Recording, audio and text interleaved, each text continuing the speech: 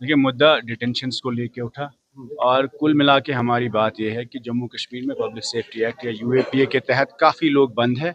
और ख़ासकर जब हम महराज मलिक साहब की बात करते हैं कि एमएलए का इंस्टीट्यूशनल रोल होता है, तो आज इन्होंने पब्लिक सेफ्टी एक्ट सिविलियन पे लगाया या एमएलए पे लगाया या जिस शख्स पे लगाते हैं, ये एक मतलब कानून का गलत इस्तेमाल है। तो हमने वही बात की कि अगर बिजनेस रूल अलाउ नहीं करते, अगर असम्बली के असूल भी अलाउ नहीं करते, लेकिन फिर कौन सा फोरम है जहां हम बात करेंगे कि यहाँ के नौजवान जो बंद है, जिनको बेल्स नहीं मिल रहे, जिनके ट्रायल्स नहीं हो रहे, या वो नौजवान जिन पर Public Safety Act draconian laws आप लगा रहे हैं। तो असम्बली एक ऐसा फॉर्म है जिसपे ये डिस्कशन होना चाहिए। सभी मेम्बरन ने उस पर कंसेंसस भी दिखाया, कुछ लोगों को अपोजिशन भी थी, लेकिन गर्ज ये है कि जो पब्लिक सेफ्टी एक्ट में या यूएपीए में लोग बंद है, जेलों में, कैदों में है, जिनके ट्रायल्स नहीं चल रहे, उन सारे इश्यूज पे बात होनी चाहिए। और हमारी गुजारिश भी है हुकूमत से कि इन इश्यूज को आप सेंट्रल गवर्नमेंट से भी टेक अप करिए, एलजी सरकार के साथ भी टेक अप करिए। तो these are very important issues, there can not be governance और democracy when justice is being denied.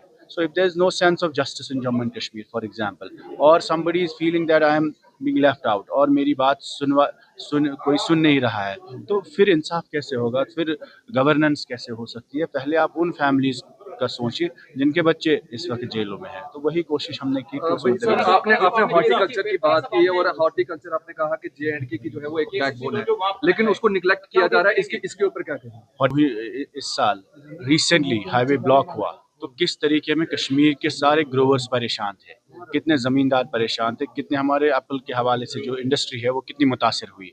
तो हज़ारों करोड़ का नुकसान हुआ और हर साल हम एक पैटर्न देखते हैं कि ब्लॉकेड होते हैं अचानक से। तो unfortunately we have tried to raise this issue in the house that one, there should be no blockades in the future and government should be very cautious about it. Second important चीज़ जो हमने कही कि KCC के हवाले से जो loans है लोगों को, वो डिस्ट्रेस में है, परेशान है हमारे फार्मर्स, तो आप ज़मींदार को एक रिलीफ दीजिए, वन टाइम रिलीफ, कि आप केसीसी के लोन्स को माफ़ करिए। वो कोई ज़्यादा बड़ा रकम नहीं है।